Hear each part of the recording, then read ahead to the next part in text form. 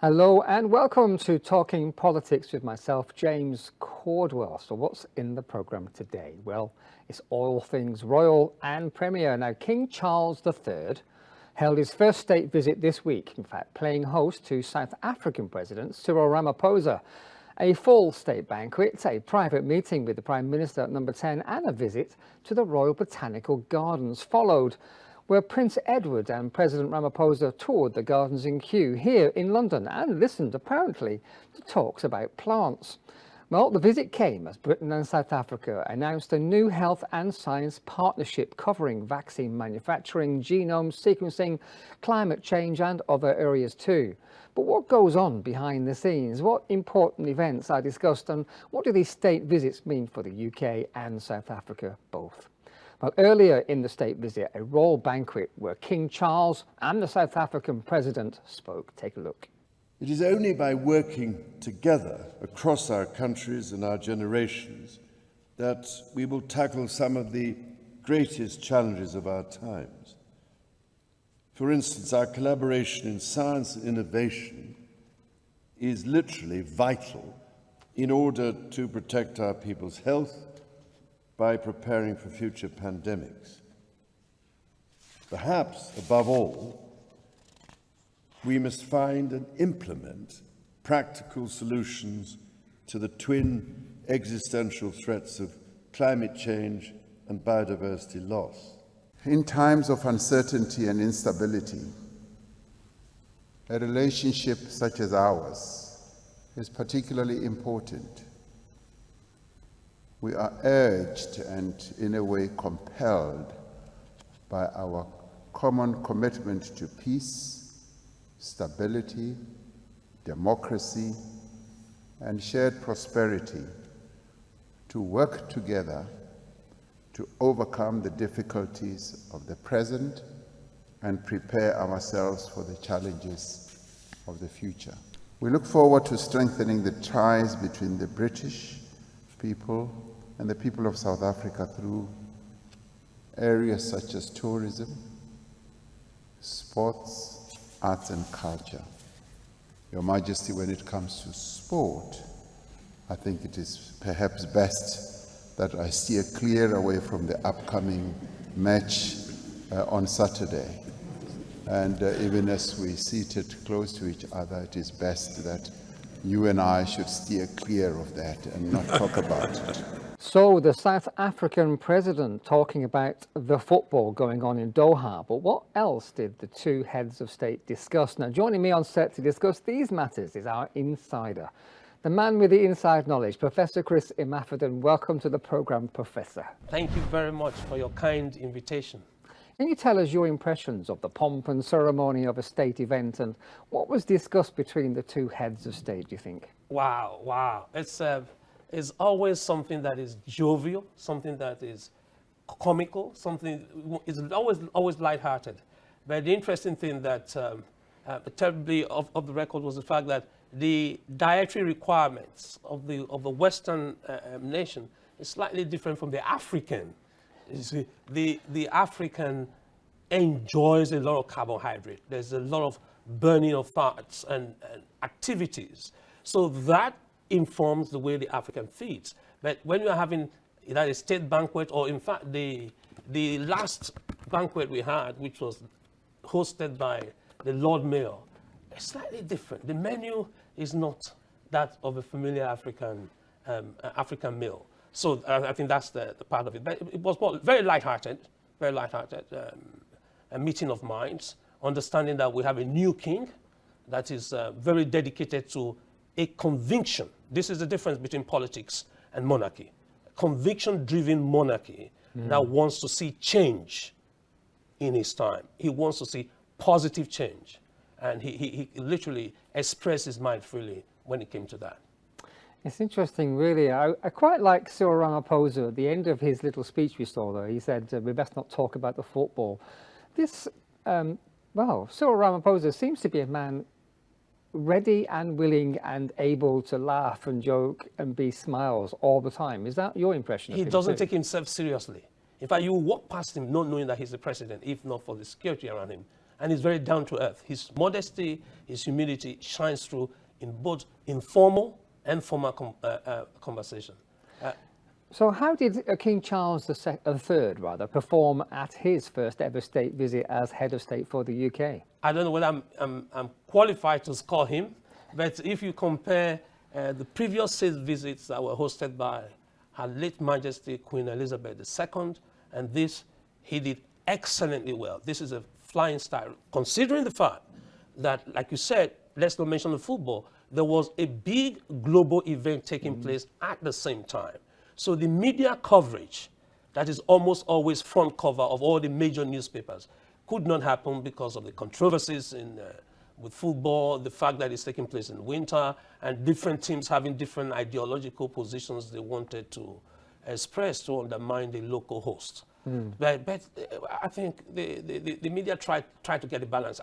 If I was going to score the media, I would score them 2 out of 10, because the prominence that is required of a state visit was missing. Yeah, I think that's probably true, yes. Now, President Ramaphosa mentioned already that he seems ready to laugh, and I love that joke about the football. Was there any opportunity for both these heads of states really, to talk privately in a state visit? Or is everything that you see, everything that there is, or is behind the scenes, there's a lot of things going on? Oh, a lot of things, a lot of informal discussions, things that are literally off the record, but they are laying foundations for the new relationship of equal partnership. This is one thing I love about what President Cyril Ramaphosa said, is equal partnership now, unlike the pre-colonial era or the colonial era where we had the master and the slave. This time, it was 2 equal partners looking at ways of possible, mutual, a win-win situation. What South Africa brings to the table is a dynamic, youthful population. What Britain brings to the table is an experienced, very experienced, established protocol for research, for education. So you can see that South Africa needs Britain as much as Britain needs the youth, the dynamism of the Africans. Well, interesting. Thank you very much, Professor. Now, Britain hopes the visit, which had been planned before the death of Queen Elizabeth in September, will strengthen trade and investment ties between the two nations and show the importance of links with the Commonwealth of Nations, the international organization that Charles actually now leads.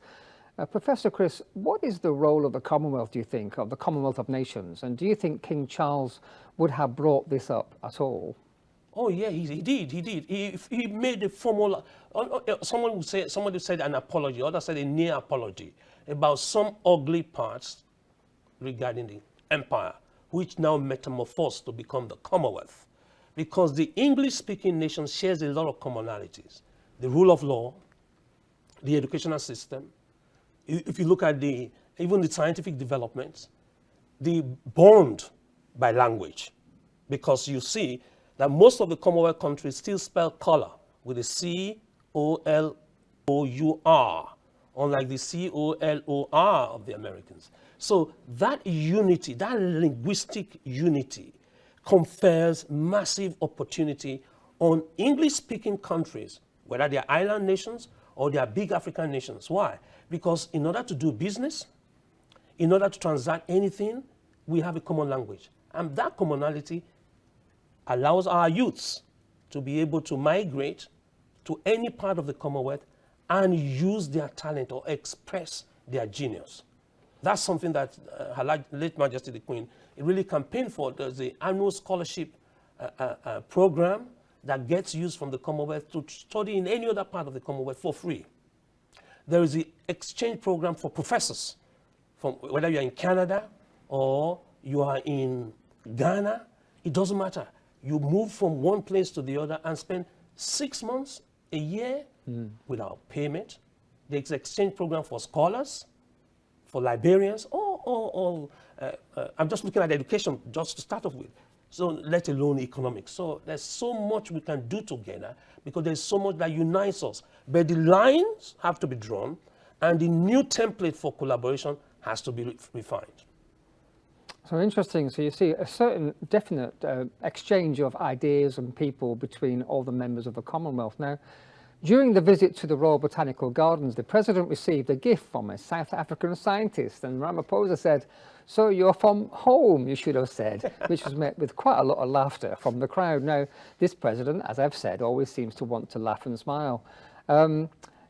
Professor Chris, you also attended that particular gathering with the HOH Prince Edward there, Earl of Wessex, head of the world-renowned Kew Gardens, with President Cyril Ramaphosa, as well as very senior ministers and secretaries of state from both Britain and Africa during that state visit. What was the reason for this high-level meeting inside Kew Gardens?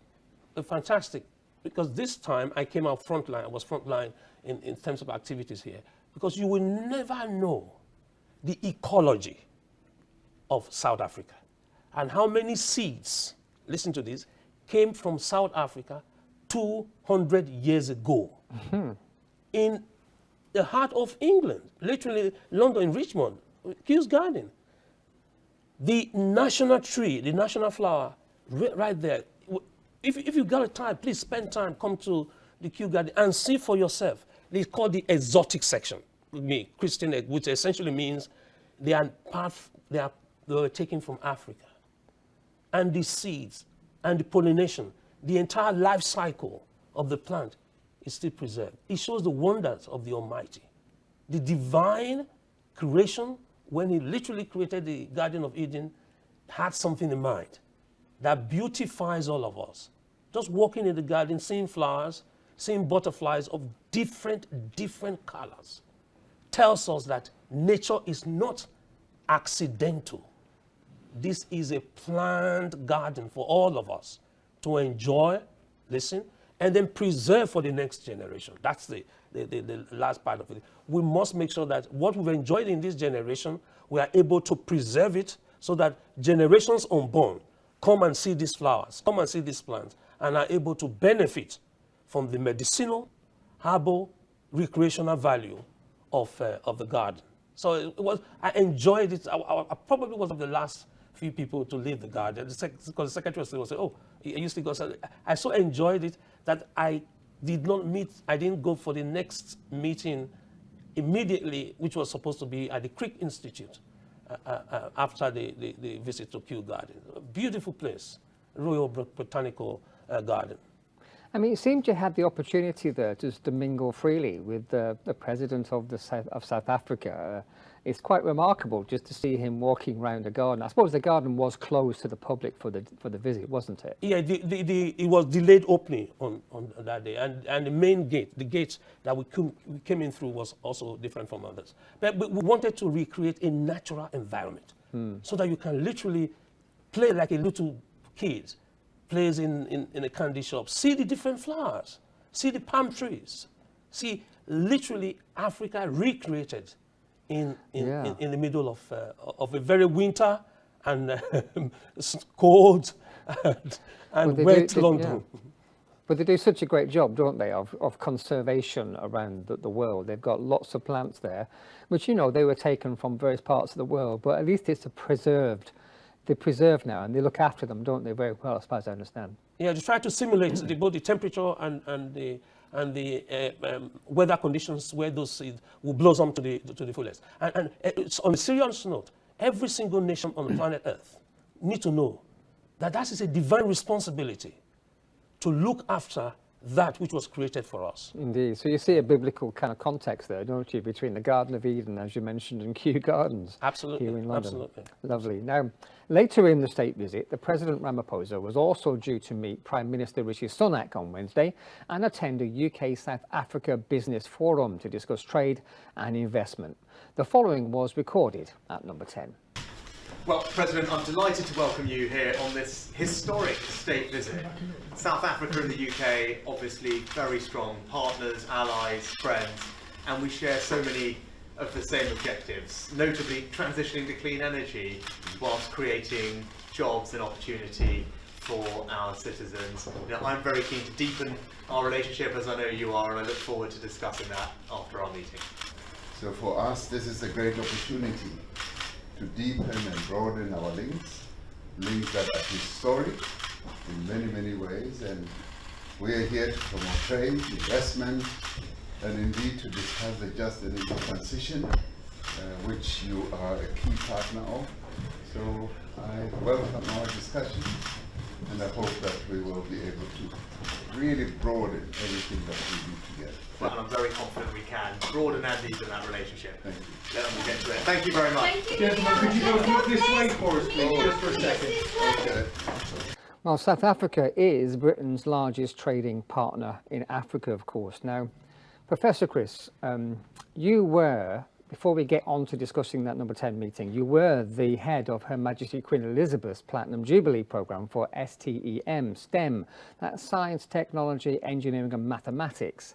Now, thank you very much for your tireless work in education, by the way, for STEM. Can you tell us a little bit about that before we talk about number 10? It's a joy to be able to serve, especially when you have also benefited from the service of others.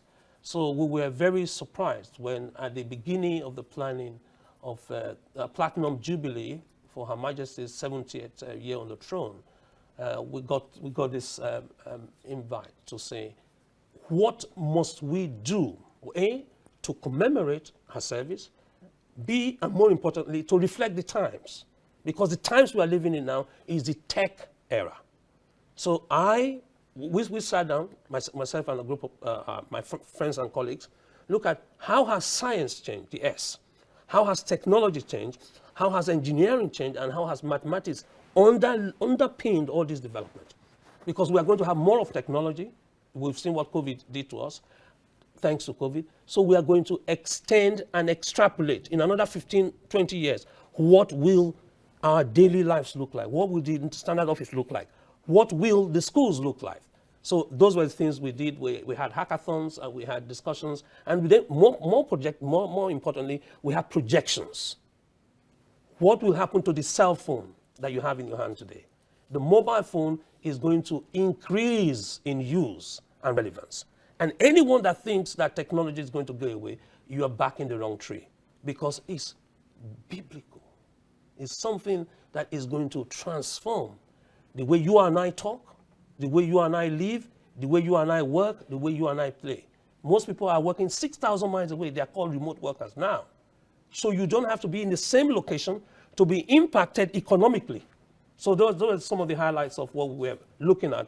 Compared to 70 years ago when Her Majesty came to the throne, to now, how much has technology changed or reinvented everything we do? So how important was STEM in this week's meeting between, say, Cyril Ramaphosa and King Charles III during that state visit? Oh, it defined everything. You can see that every single activity was beamed around to South Africa at the same time. So there was live streaming of events and activities using multiple platforms without the expense associated with buying a professional camera. So with the cell phone, you could just point it to the room, and then what are you doing? You are sharing it with brothers and sisters across Africa. So, and you will get instant response.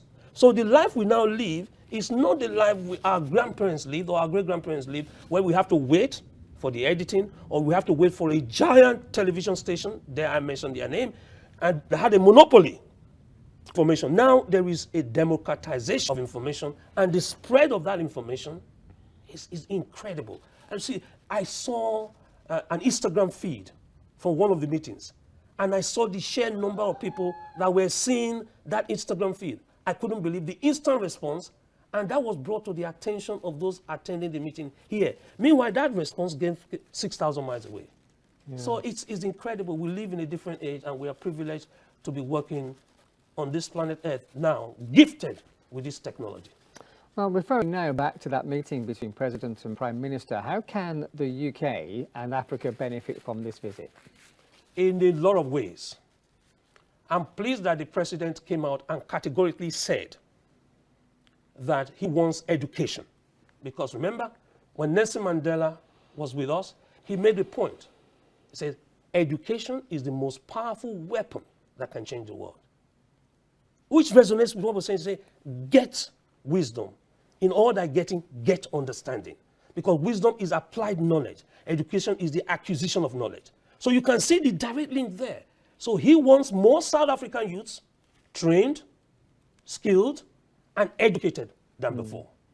So that's one area we can get. We have the expertise, they have the youth, we train them, and do you know what happened? They become remote workers for great multinationals in the UK. So this is one reason why we must work together, because collaboration is guaranteeing us success in areas of women empowerment. We also had the motto there. In the areas of technology transfer, in the area of using the same technology that we have here in South Africa, so that South Africa now becomes an industrialized nation, competing with the best of the world, enabled and supported by Great Britain. Well, yes, indeed. We can all laud that, I think, as a goal. Yes, indeed. Now, there will have been, of course, private meetings between Prime Minister Rishi Sunak and President Cyril Ramaphosa. And you yourself were in a special session, were you not, at the prestigious Lancaster House, where there was a closed-door meeting of the best economic minds from the UK. How fruitful is this high-level kind of meeting? Yeah, the meeting was held under the Charter House conditions, in which case not discussing the full details. But one must not forget to remind all of us that it was very fruitful. It's common knowledge that Rolls-Royce was there. One of the leading tech manufacturers and applications that deploying applications. It's very clear that the agricultural sector of South Africa is going to benefit in ways that nobody can even begin to imagine now. Is also indicative that our healthcare development in Africa is going to be catalyzed by South Africa, because South Africa has big infrastructure that is already in place. So those were some of the highlights I got from there, that business is going to flow both ways. It's going to flow one way in terms of application and reaching the African market, and it's going to flow the other way. And you know, the president being himself also joked about it, that wine will flow from South Africa. You know, the first miracle that we saw was turning water into wine. So no, Britain is going to consume more South African wine. And they are going to not just consume the wine, they are going to consume refined products, finished products, unlike in the colonial days, finished product out of South Africa being shipped across the whole world. Because that would be interesting to see, wouldn't it? So imagine a lot of talk about trade and what kind of trade can take place. And there will be obviously major economic benefits for both nations to work closer and have more trade between each other, wouldn't there? Yes, because what Britain doesn't have, which is literally the youth, we don't have the youth. The population of the youth in Britain is very subdued. The average age, remember, in South Africa is 18 years old, so wow. a teenage. The average age here, when they're looking at Britain, is 40 plus. So you can see maturing, you can see modeling, you can see development. And that will completely cut the ugly figures of youth unemployment right now in South Africa. It will transform it to an engaged, enabled, and empowered youth, so that when we are now talking about development, our concentration is on the skills that our youths have acquired, the knowledge they've got, and applying that knowledge to solve real life problems and exporting that skills. App development does not require all the manufacturing. So we are going to have South Africans trained in being able to develop apps that are useful in the American market, useful in the British market.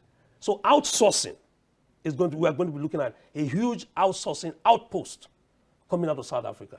Yeah, I think there must be a great source of untapped kind of skill sets in South Africa, that it just needs some Western nation to put some resources into place to make it, you know, bring forth fruit, doesn't it? Understand that if you develop a child anywhere in the world, you are developing every child everywhere in the world. I mean, it was Reverend Martin Luther King that said, injustice anywhere is a threat to justice everywhere. Yeah. So economically, it's exactly the same principle. It's not just justice. Economically, if we are able to enable those children, you know what? They'll be very happy where they are. They'll be able to earn dollars, US dollars, while they are in Johannesburg. They'll be able to earn the euro while they are in Johannesburg. Why? Because the products and the services they are now doing developed, remember, they're all electronic, is being instantly uploaded and exported around the whole world. Okay, look, Professor Chris, I need to ask you one last question. We can see and hear from you every time you're here that faith plays a very important part in your life personally. And we can see that your faith informs your decisions. But what are your faith impressions of the two heads of state involved in this royal state visit?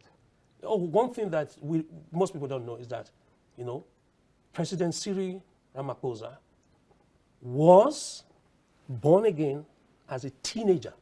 He was the president of the Christian club while he was in high school. Oh. As if that was not enough. When he moved on to go to university to study law, he was also actively involved in the leadership of the Christian movement. So his sense of fairness, forgiveness, humility is completely driven from his faith. And I believe, quite honestly, that the principles of the faith are not exclusive to that faith. They are universal to humanity. So my desire and my interest in the development of every child is because I know that the divine that endowed every child with talents and gifts. So if we as adults fail to develop talent and gifts, guess who we have failed? Not that child. We have failed the maker. Because when you see a Ford car, you already know that there's a manufacturer. When you see a Peugeot, you know there's a manufacturer. When you are rude to an object, you are dishonoring the maker of that object. And all children, whether tall or short, black or white, green or yellow, located in London or Johannesburg or Lusaka, they were created for our own good. And therefore we must invest time, energy, and whatever resources we have to develop each of them until they realize their God-given assignment. Then we are members of the human race. Wow. Well, thank you so much, Professor Chris. It's always a great pleasure to have you on the program. And please, thank you so much for bringing insight to what's happening in the state visit. Thank you so much, sir. It's a real pleasure to say. Thanks for your invitation. Well, there you go. So that's Professor Chris talking about the royal state visit of South Africa. South Africa has indeed come to the United Kingdom in London, and I think they've all probably gone back now. But there was another royal state visit in reciprocal terms, as far as I understand it too, so maybe the King will be disappearing off to South Africa in due course. Well, you've been watching Talking Politics with myself, James Cordwell. That was all about the Royal State visit and, of course, some of the things that go on in the background of it. Thank you so much for staying tuned to Love World UK.